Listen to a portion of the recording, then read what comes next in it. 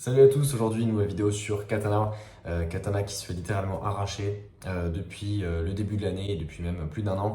Actuellement on est à moins 20% depuis le début de l'année et sur un an on est à moins 32%.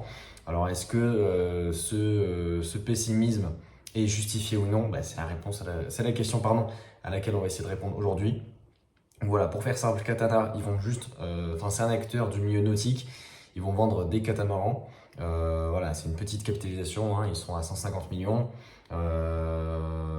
chiffre d'affaires de 200 millions environ, et on est vraiment en fait, sous-évalué puisqu'on a un PER de 7, donc là au niveau actuel, soit on a soit affaire à une entreprise qui est de mauvaise qualité, soit le marché s'attend juste à une fin du monde, hein, parce qu'un PER de 7, pour les qualités qu'on va évoquer tout à l'heure, c'est vraiment très très faible.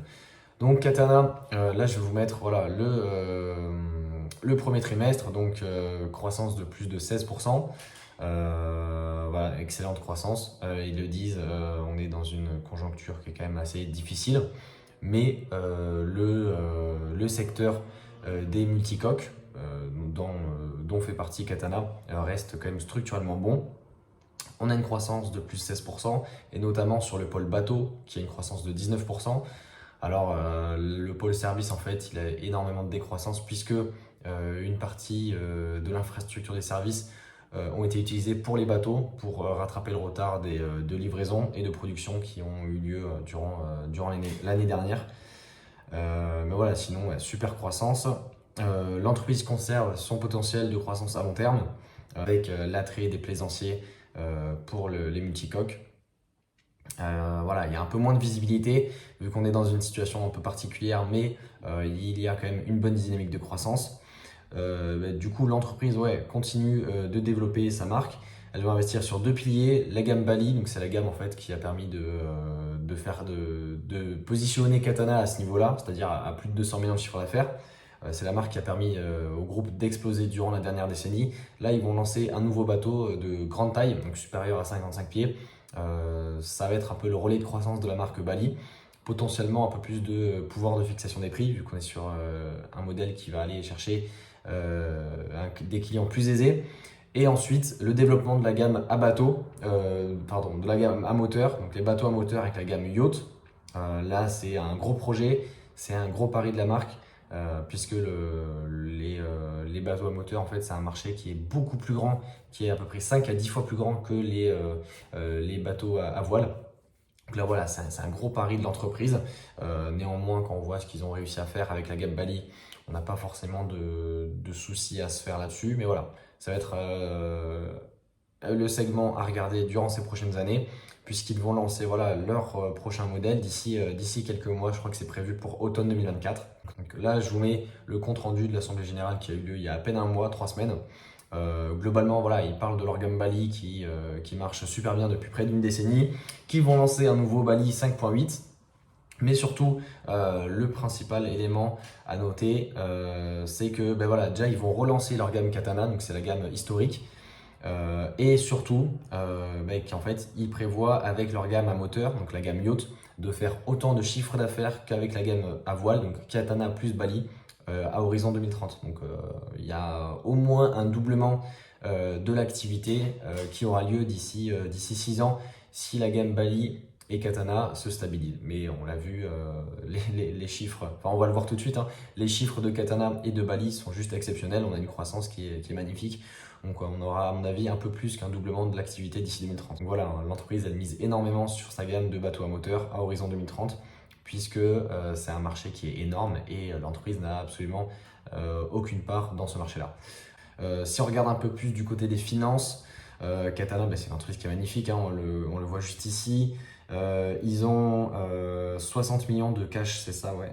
Voilà. Ils ont 63 millions de cash en 2023 pour 140 millions de capitalisation boursière, donc c'est vraiment rien. On paye quasiment la moitié de la market cap en cash. Côté dette, ils ont quasiment rien, ils ont 25 millions de dettes. Donc au final, on a 35 millions de cash net. Pour une petite entreprise et dans la situation actuelle, c'est vraiment très avantageux. Au niveau de la croissance du chiffre d'affaires, en fait, on a une croissance qui est quasiment de 30% chaque année, vu qu'on est passé de 40 millions à 200 millions en l'espace de 6-7 ans. Donc voilà, c'est pareil, c'est juste énorme. Et après, voilà, on a eu quelques soucis au niveau des flux de trésorerie cette année, mais c'est parce qu'il y a eu des décalages au niveau des paiements, puisque à cause de l'explosion du carnet de commandes, ils n'ont pas réussi à faire face à toutes les commandes, et donc il y a eu des retards de production, ce qui a mené au final à des délais de paiement. Donc là, pour le coup, en 2023, on n'a eu que 3 millions de free cash flow, mais on peut normaliser ça en prenant environ la moyenne, voilà, de 2021 à 2022, ce qui nous donnerait un cash flow un peu plus raisonnable et un peu plus réaliste de ce que représente Katana. Donc voilà, Katana, très très belle entreprise.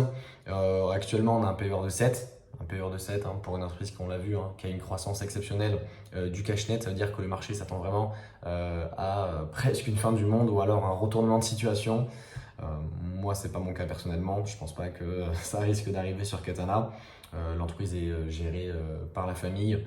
Ils ont réussi à développer leur gamme au point d'arriver à des croissances phénoménales.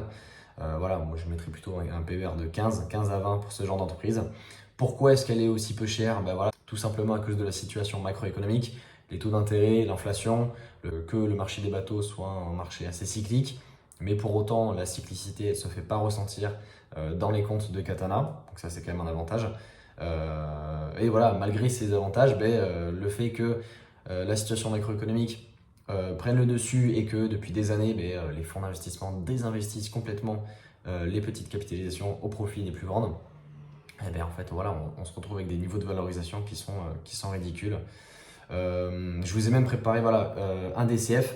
Donc si on prend pour critère un coût du capital d'environ 11%, et voilà, comme je vous ai dit tout à l'heure, des free cash flow qui sont normalisés avec la moyenne de 2021 et 2022, c'est-à-dire un free cash flow de 22 millions d'euros et un taux de croissance de 10%, on obtient une fair value à 12,6 euros.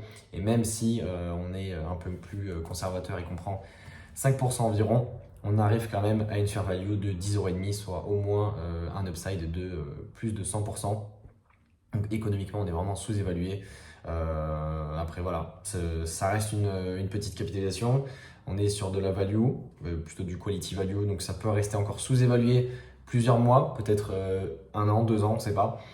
Mais voilà, moi je trouve que c'est quand même une superbe opportunité sur PEA. C'est quand même assez rare, hein, des entreprises françaises qui ont du cash net, qui ont une telle croissance, qui sont bien gérées à ce niveau de valorisation-là. Voilà, donc je trouve, à mon sens, une super opportunité sur PEA. Si vous avez des questions, n'hésitez pas à me le faire savoir en commentaire. C'était une analyse assez rapide. Voilà, après Katana, il n'y a pas grand chose à dire là-dessus. Il y a un super management, des super fondamentaux. Et voilà, l'entreprise, elle prend cher à court terme à cause des taux d'intérêt, enfin, de la situation macroéconomique et du désinvestissement des fonds d'investissement au profit des plus grandes capitalisations. Ce qui fait que voilà, pour l'instant, on est vraiment sous-évalué. Mais voilà, il faut quand même garder à l'esprit que ce genre de sous-valorisation, ça peut quand même rester plusieurs trimestres, voire plusieurs années. Mais voilà, à moyen et long terme, le prix actuel pourrait représenter une superbe opportunité pour les investisseurs, principalement PEA. Voilà, c'était tout. Je vous dis à la prochaine pour une nouvelle vidéo. Salut!